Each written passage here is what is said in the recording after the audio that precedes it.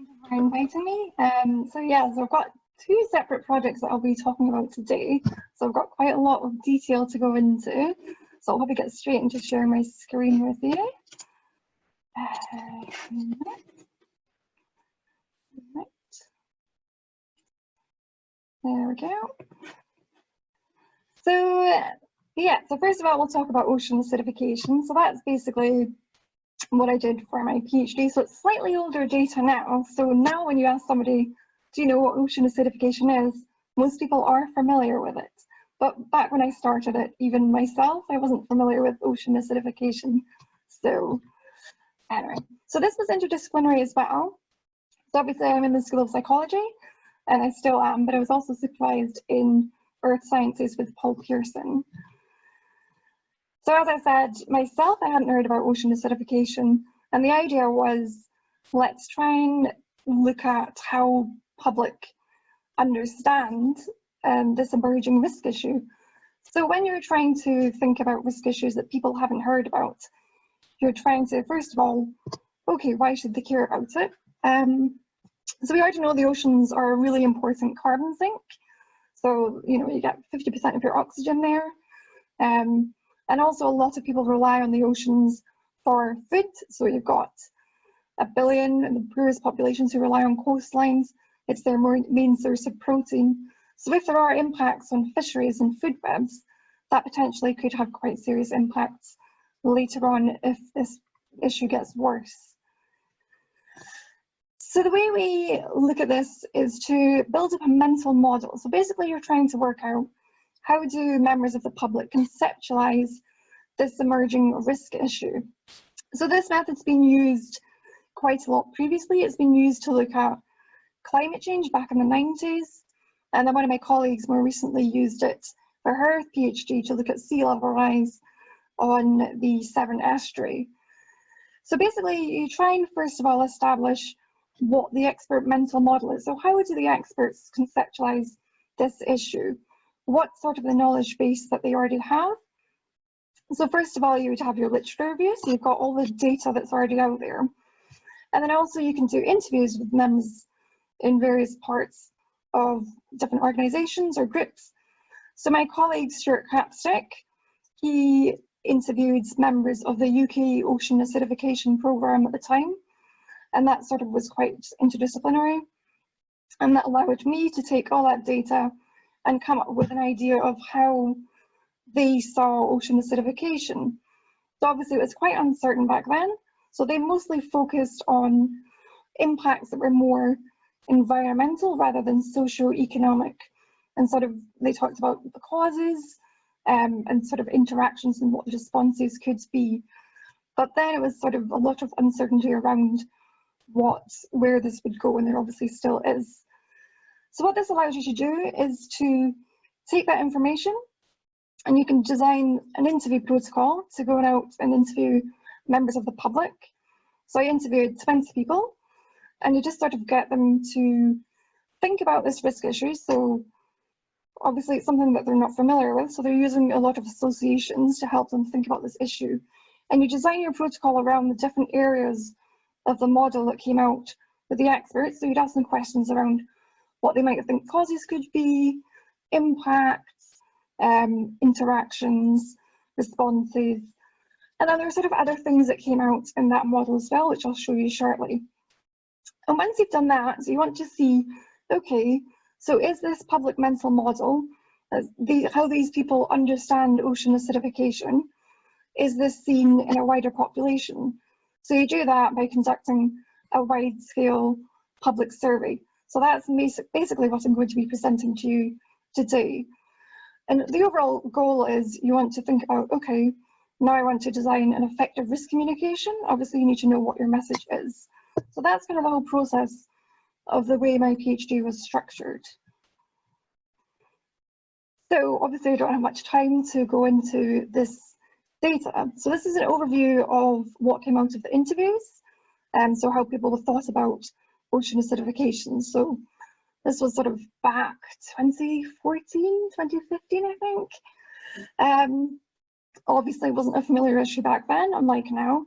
So most people thought it was to do with pollution, And there weren't many who mentioned carbon dioxide. So most of them thought, okay, I've seen, I see factories, I see chemicals and colours of foods, colourings, I don't know, the strange things going out, or sewage, for example, or plastic pollution. They see these things going into the oceans and into rivers, and they see it's a visual thing they can see, so that must be something that has an impact.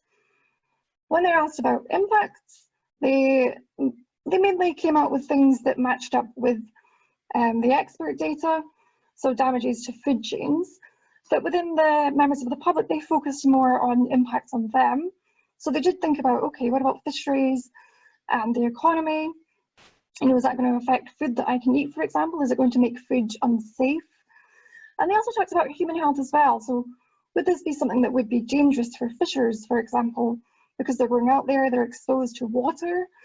So a lot of talk around acid rain and water acidity, and perhaps it might burn you. And then, as you might expect, when people were asked about the ways to resolve ocean acidification or try and mitigate it, there was the focus on reducing pollution. Although, as I said, there were a couple who had heard of it. They said, well, obviously, you'd want to reduce carbon dioxide.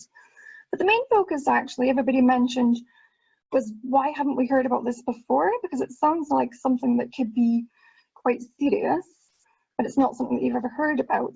And there's kind of this really strong negative emotion or affect associated with it.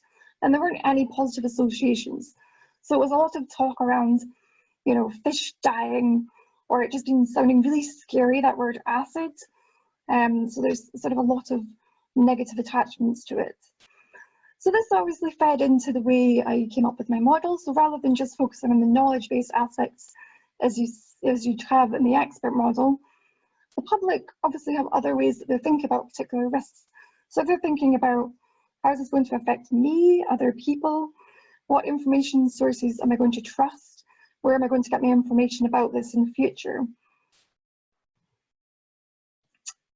So what the next stage of this was to do a survey and to test that model and see whether the things that came out in the interview were also seen in the survey, and if that's found at a wider scale. So the survey was designed based on what came out in those interviews, but also at the same time with the UK Ocean Acidification Programme, we'd done sort of another survey. The paper at the bottom there is published data from that, and that was a huge survey as well. We had thousands of participants in that. So some of the data, we sort of asked questions again in this survey too. So there's a whole range of issues, don't have time to go into them all. So we'll jump straight into some findings, so some descriptors here for you. So first of all, in the paper that I just showed you, back in 2014, it was sort of around 80% who said no, they hadn't heard of ocean acidification before, but 2 years later, this had changed a little bit. There's slightly more people saying, I have heard of ocean acidification, but awareness was still quite low, and people didn't really know anything about it. And then when they're asked about, what do you see as an important risk issue to the oceans, a lot of people cited pollution, so all the things that I mentioned previously. In litter, plastic pollution, I think if you looked at this now, you'd probably get plastic as being one of the top issues up there. And ocean acidification's right towards the bottom, understandably, because it's not something people have heard about. They think it's there, so it must be something, even if it's not something I'm familiar with. And then, as I mentioned before, there was this really strong negative associations that people came out with in the interviews. And you can see here that this was also reflected in the survey. So the red means bad, the green means good, and the yellow is kind of neutral, so they're not really very sure. So if you have a risk issue that people aren't sure about, they don't feel very informed, people do tend to sort of be quite ambivalent about the response as well. But for the most part, people thought, this does sound bad. And then sort of this was testing the model and looking at the different answers that came out both in the expert model and the public model. And so the kind of things that people were saying is sort of seeing what people think were the main causes of ocean acidification. So pollution is right up there at the top, as I was expecting. But interestingly, CO2 was also quite high there as well. And I don't know if that's just because when people think there's an environmental risk, carbon dioxide is somewhat responsible. So that was kind of interesting, but mostly it was in line with the mental model that we constructed. Yep. And then moving on to impacts. So again, this sort of was combining items from the previous survey that was conducted 2 years previously, and all the items that came out in the interviews. So you see, for example, as I've mentioned, skin damage was something that people brought up, and then also drinking water. So a lot of people were worried that perhaps maybe ocean acidification would impact the quality of drinking water or the availability of drinking water. So that was quite interesting. But mostly people thought, you know, it's going to damage the food chain or coral reefs, for example. So now we're getting into a little bit more complex analysis here. So here I wanted to answer the question, okay, so what variables predict knowledge of ocean acidification? So what kind of things influence how knowledgeable someone might be about ocean acidification? So this is obviously self-report. And we saw that the more pro-environmentally friendly you said that you were, generally the more concerned about ocean acidification you are, and the more knowledgeable that you are. But then you also have this negative effect as well. So you learn more about it and it makes you feel worse about it. So you can sort of see it makes sense. And we also had a correlation between concern in ocean acidification and concern in climate change, which you'd expect because these people are also saying they feel more pro-environmentally friendly. So ultimately, we want to think about effective risk communication. So there's a whole range of issues that you need to think about. So you need to think about what your message is going to be. So I didn't get this far in my PhD because I ran out of time. So it's more about recommendations. And I think at the time, my main thoughts were, it was sort of when fake news became a big thing and misinformation. So it was kind of thinking about, okay, where would you communicate around ocean acidification if you wanted to put out a message, and what would this be? But sometimes it doesn't really matter, and you'll end up with headlines like this. So these are perhaps slightly problematic, but you might see they're maybe, yeah, more the climate skeptics perhaps. So that was essentially a very quick run through for what I did for the ocean acidification project. And then once I finished that, move on to something completely different. So this project that I'm currently on is on enhanced weathering, so a greenhouse gas removal strategy. And it's basically come about because we know we need to move towards net zero. It's unlikely that mitigation alone will let us reach that. So we need to start thinking about greenhouse gas removal and removing carbon dioxide from the atmosphere. And climate change has become more important and it's become more covered in the media. So as Sam already mentioned, you've sort of seen Extinction Rebellion, Fridays for Future, that have sort of become more prevalent. So this information is just, you don't need to read it all, it's just to give an overview of what enhanced weathering is if you're not familiar with it. And this is the information we gave our participants in the survey as well. So there is a lot of information. Try to make it balanced because we wanted to include some possible risks and benefits. So basically the idea is you get your minerals, so it could be anything olivine based, so basalt's what they're using in this project. Crush them up to a certain particulate size, spread it onto croplands or into forests, and then the biological interactions with the soils, that locks away the carbon, transforms it into carbonates and bicarbonates, and ultimately they get stored into the oceans and the rivers, is the idea. And should help with ocean acidification as well. The project's got 4 themes, so it's quite a large project. It's running for 10 years. It's already halfway through. So obviously you've got Earth systems modelling to check if you were to do enhanced weathering, how would this interact with ocean systems, for example, or ecosystems. There are some lab-based crop trials going on in Sheffield. So they're looking at maize and rice. And then you've got field trials going on as well in various parts of the world. And then our theme, which is to look at feasibility, impacts, and public perceptions. So these are some of the field trial areas that we've got going on. So we've got in Illinois, they're looking at corn belt, so they've got various crops they're growing there in agricultural soils. We've got in Malaysia, oil palm plantations, they're looking at enhanced weathering there in one of the plantations.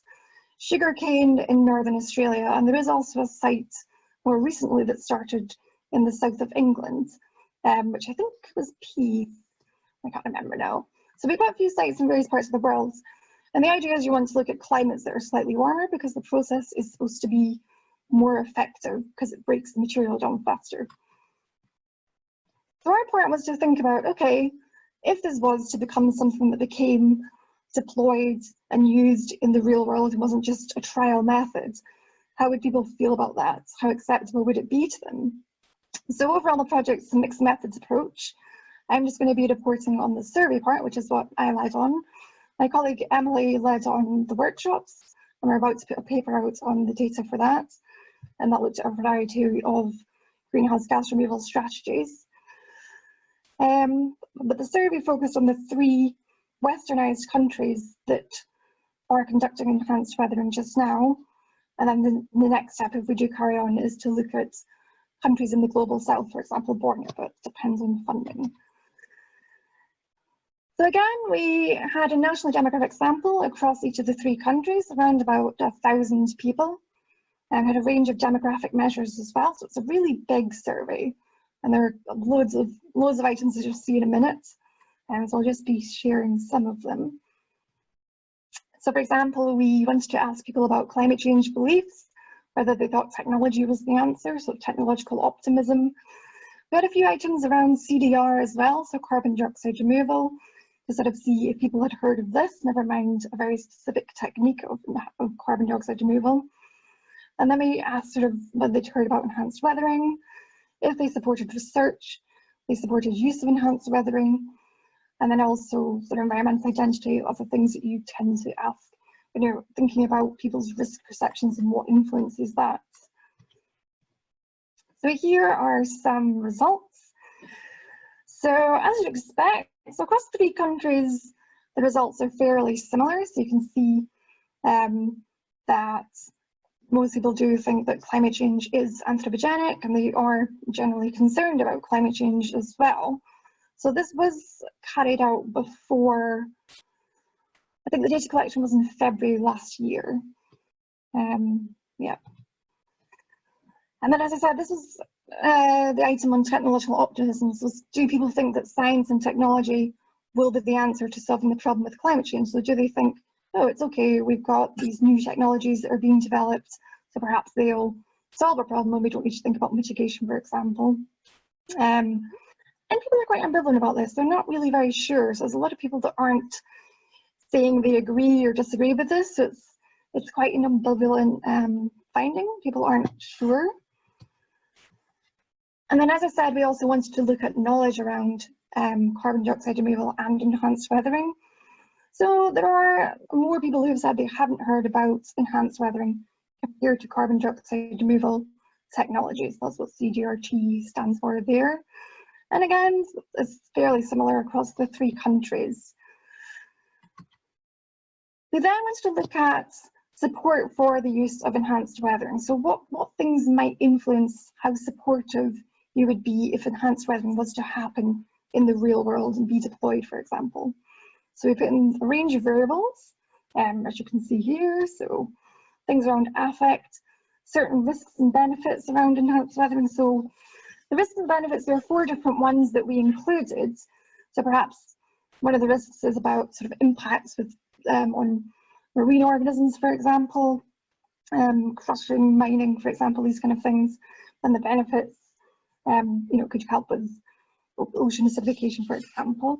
So we had lots of different items there. And again, we carried out our regression, similar to the one you saw previously. It's the same idea.